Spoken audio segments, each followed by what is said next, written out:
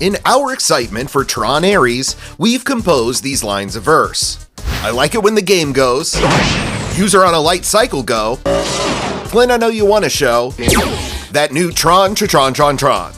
Anyways, so there will be some questions? Yes. Okay, great. Fine, let's get into this. This is why we're stoked for Tron ARES.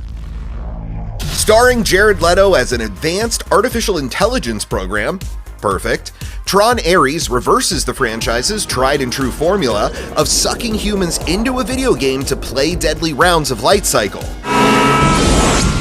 And instead, the threequel breaks new ground by allowing programs to run amok in the real world. That's just perfect. Okay, we're pretty sure Tron Guy is human and not a program, unlike producer star Jared Leto's character, ARES, who is master control of the Dillinger security grid and the AI that's let loose on Earth. You know, he's a warrior. He's a new type of program, really something we haven't seen before in the grid. Which 30 Seconds to Mars song describes this film? I would say this is war. Which is fitting for Ares, the god of war in Greek mythology. Perhaps he's declaring war on humankind? If he is, Evan Peters' character may have something to say about that, as he is playing Julian Dillinger. but that says something, right? Dillinger. Greta Lee does not lie.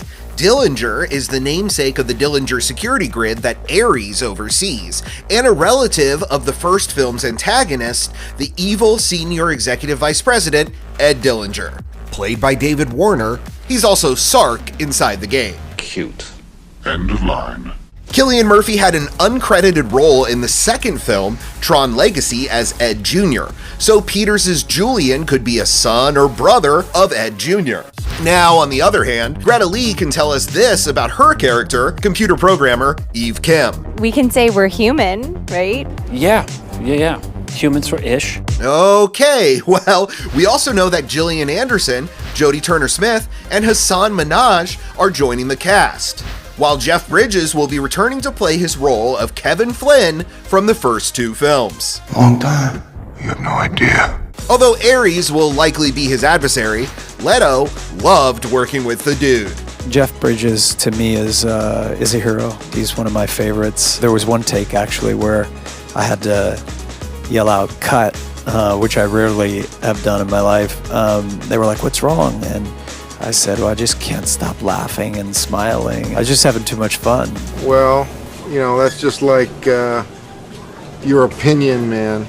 Disney has kept the franchise alive for 40 years in comics, video games, and theme park attractions, so it's no surprise that the Mouse House was developing a Tron threequel before Tron Legacy even hit theaters in 2010. In the time since, the project has evolved from a direct continuation of the second film to a standalone sequel, or a soft reboot. There will likely be plenty of Easter eggs for us Tron heads, like that Dillinger connection, but you can probably jump into the new film without having seen the originals, or the animated series Tron Uprising, which acts as a bridge between those first two.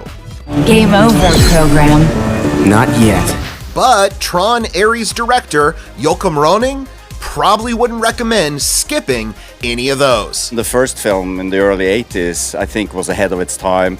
I think the Tron Legacy is a masterpiece in many ways. So the bar is set very high. No pressure. These no guys pressure or to be- anything.